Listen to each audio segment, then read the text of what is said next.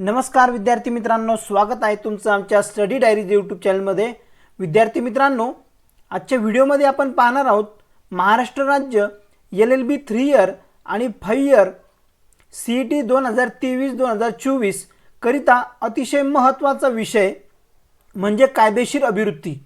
विद्यार्थी मित्रांनो, CET परीक्षेचा अभ्यास करत असताना आपल्याला कायदेविषयक अभिवृत्ती या टॉपिकवर अभ्यास करणं अतिशय महत्त्वाचं आहे। तर लीगल ॲप्टिट्यूड या विषयामध्ये आपल्याला वेगवेगळ्या प्रकारच्या विषयांना हाताळायचं आहे।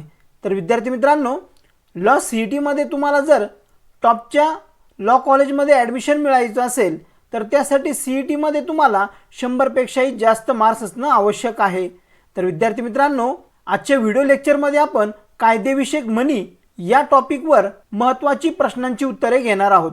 तर विद्यार्थी मित्रांनो, आजचा व्हिडिओ लेक्चर तुमच्यासाठी अतिशय महत्त्वाचा ठरणार आहे। जे विद्यार्थी लॉ CET ची तयारी करत आहेत, मग ते 3 वर्षाचा असो किंवा 5 वर्षाचा असो, तर या दोनही वर्षाच्या CET करिता तुम्हाला हा विषय अतिशय महत्त्वाचा ठरणार आहे।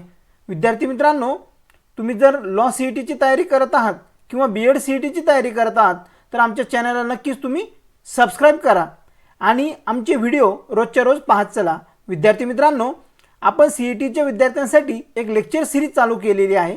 या लेक्चर सिरीजमध्ये आम्ही आपल्याला संपूर्ण अभ्यासक्रम परीक्षेपर्यंत पूर्ण करणार आहोत।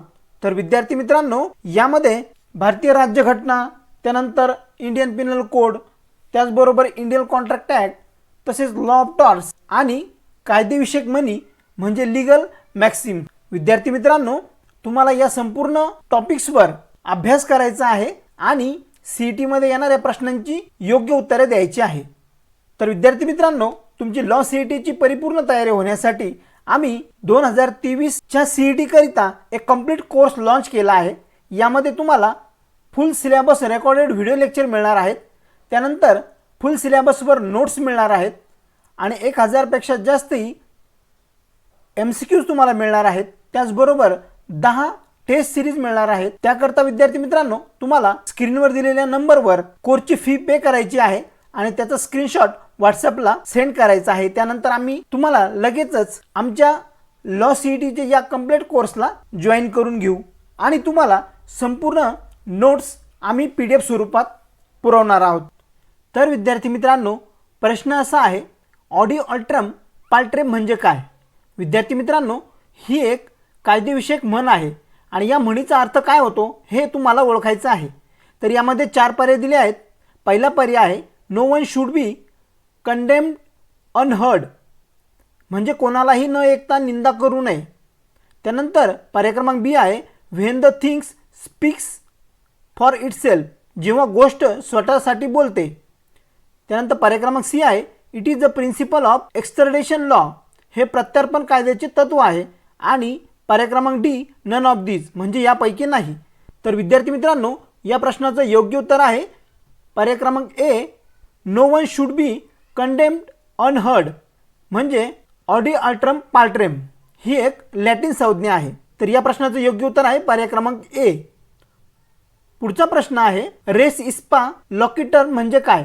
तर विद्यार्थी मित्रांनो, या संपूर्ण संज्ञा ह्या लॅटिन भाषेत असतात, म्हणून याचा अर्थ आपल्याला लक्षात येत नाही किंवा आपल्याला बोलण्यासाठी थोडंसं किचकट वाटते। याकरता आपल्याला 4 पर्याय दिले आहेत, यामधील योग्य पर्याय आपल्याला निवडायचा आहे। तर पर्याय क्रमांक 1 आहे, no one should be condemned unheard, कोणालाही न ऐकता निंदा करू नये। त्यानंतर पर्याय क्रमांक B, when the things speaks for itself, जेव्हा गोष्ट स्वतःसाठी बोलते। आणि पर्याय क्रमांक C, it is a principle of extradition law, हे प्रत्यार्पण कायद्याचे तत्व आहे। आणि चौथा आहे म्हणजे D, नन ऑफ दीज, म्हणजे यापैकी नाही। तर विद्यार्थी मित्रांनो, या प्रश्नाचं योग्य उत्तर आहे पर्याय क्रमांक B, when the things speaks for itself. त्यानंतर पुढचा प्रश्न आहे, व्हॉलेंटी नॉन फिट इंजुरिया या म्हणीचा अर्थ काय? तर विद्यार्थी मित्रांनो, यासाठी आपल्याला 4 पर्याय दिले आहेत। पर्याय क्रमांक A आहे, no wrong is done to one who consent, म्हणजे संमती देणाऱ्याचे कोणतेही वाईट केले जात नाही। त्यानंतर दुसरा पर्याय आहे, no one should be condemned unheard, कोणालाही न ऐकता निंदा करू नये। त्यानंतर पर्याय क्रमांक C आहे, when the thing speaks for itself. आणि पर्याय क्रमांक डी आहे it is a principle of extradition law.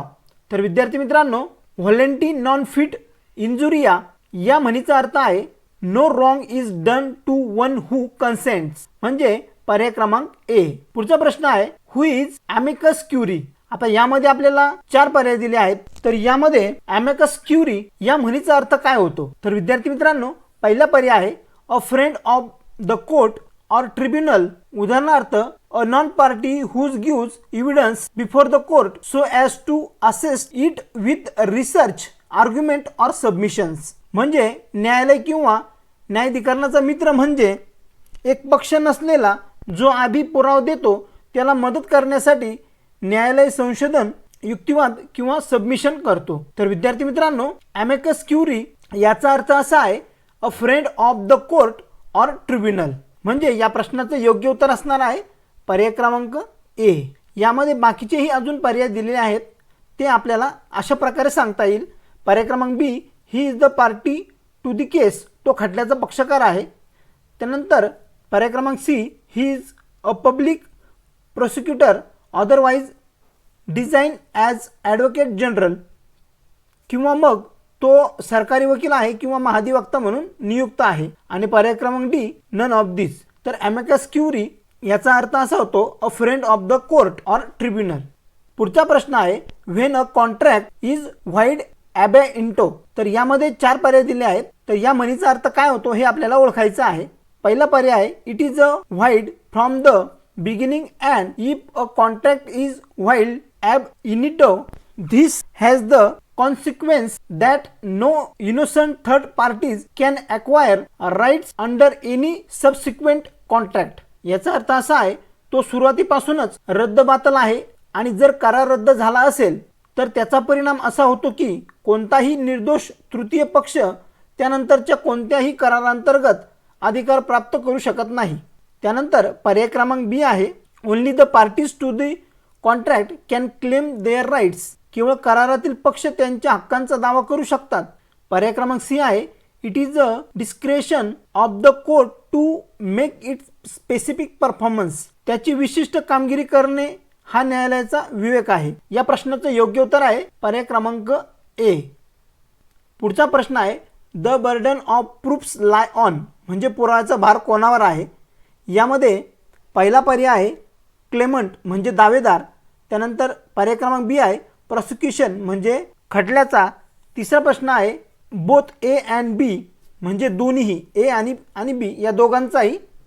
त्यानंतर पर्याय क्रमांक डी आहे डिपेंडंट म्हणजे प्रतिवादी. तर या प्रश्नाचं योग्य उत्तर आहे पर्याय क्रमांक सी.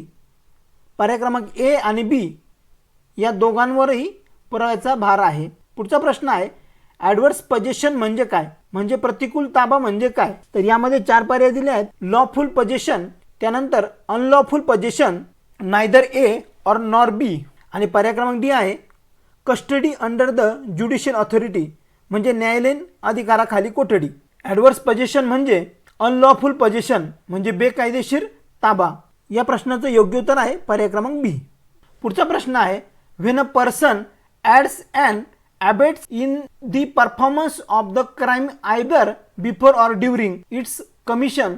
जेव्हा एखादी व्यक्ती गुन्ह्याच्या कारवाईत होण्याआधी किंवा त्या दरम्यान मदत करते. यामध्ये 4 पर्याय दिले आहेत. पहिला पर्याय आहे the aiders and abettors are liable to be tried as associators. सहाय्यक आणि प्रोत्साहन देणाऱ्या ॲक्सेसरीज म्हणून प्रयत्न केले जाण्यास जबाबदार आहेत. पर्याय क्रमांक बी आहे the aiders and abettors are not liable to tried as accessory. मदत करणारे आणि प्रोत्साहन देणाऱ्यावर ॲक्सेसरीज म्हणून प्रयत्न केले जाण्यास जबाबदार नाहीत. पर्याय क्रमांक C because aiding and abetting is no offence so no case can be made out. पर्याय क्रमांक सी आहे कारण मदत करणे हा प्रवृत्त करणे हा गुन्हा नाही त्यामुळे केस काढता येत नाही. आणि पर्याय क्रमांक डी आहे नन ऑफ दिस. तर या प्रश्नाचं योग्य उत्तर आहे पर्याय क्रमांक ए. पुढचा प्रश्न आहे the contempt of court places म्हणजे न्यायालयाचा अवमान कसा होतो. आता यामध्ये 4 पर्याय आहेत. पहिला पर्याय restrictions of the civil liberty म्हणजे नागरी स्वातंत्र्यावरील निर्बंध. त्यानंतर पर्याय क्रमांक बी, जर जीवन आणि स्वातंत्र्याचा अधिकार कमी केला तर. त्यानंतर पर्याय क्रमांक C, it means the arbitrary misuse of power by the court, न्यायालयाद्वारे अधिकारांचा मनमानी दुरुपयोग. आणि पर्याय क्रमांक डी, नन ऑफ दीज. तर विद्यार्थी मित्रांनो, जर समजा सिव्हिल लिबर्टीवर रिस्ट्रिक्शन्स आले तर न्यायालयाचा अवमान होतो, म्हणजे नागरी स्वातंत्र्यावरील निर्बंध. The contempt of court places म्हणजे नागरी स्वातंत्र्यावरील निर्बंध. या प्रश्नाचं योग्य उत्तर आहे पर्याय क्रमांक ए. पुढचा प्रश्न आहे, the president of India is, भारताचे राष्ट्रपती हे काय आहेत? तर यामध्ये 4 पर्याय आहेत. डिपिक्टो हेड, त्यानंतर डी ज्युरी हेड, आणि पर्याय क्रमांक C neither A nor B, आणि पर्याय क्रमांक डी रियल हेड. तर विद्यार्थी मित्रांनो, भारताचे राष्ट्रपती हे डी ज्युरी हेड असे आहेत, म्हणजे या प्रश्नाचं योग्य उत्तर आहे पर्याय क्रमांक B. The prime minister of India, भारताचे पंतप्रधान काय आहेत? तर यामध्ये 4 पर्याय दिले आहेत. डिफिक्टो हेड, त्यानंतर de jure head, neither A nor B, आणि रियल हेड. तर विद्यार्थी मित्रांनो, या प्रश्नाचं योग्य उत्तर आहे पर्याय क्रमांक ए, डिफेक्टो हेड. अशा प्रकारे विद्यार्थी मित्रांनो, आजच्या व्हिडिओमध्ये आपण लीगल ॲप्टिट्यूड यामधील अतिशय महत्त्वाचा टॉपिक पाहिलेला आहे, की ज्यामध्ये कायदेविषयक म्हणींचा अर्थ काय होतो आणि त्यामध्ये आपल्याला योग्य पर्याय कसा निवडायचा हे आपण आजच्या व्हिडिओमध्ये पाहिलेलं आहे. उद्याच्या व्हिडिओमध्ये आपण विद्यार्थी मित्रांनो यापेक्षाही अतिशय महत्त्वाच्या कायदेविषयक म्हणींचा अभ्यास करणार आहोत. तर विद्यार्थी मित्रांनो, तुम्ही माझा व्हिडिओ शेवटपर्यंत पाहिला त्याबद्दल मी आपले आभार मानतो. आणि ज्या विद्यार्थ्यांनी चॅनलला सबस्क्राईब केलं नसेल तर विद्यार्थ्यांनो चॅनलला सबस्क्राईब करा, जेणेकरून प्रत्येक व्हिडिओचे नोटिफिकेशन तुम्हाला लगेचच्या लगेच मिळत राहतील. धन्यवाद विद्यार्थी मित्रांनो.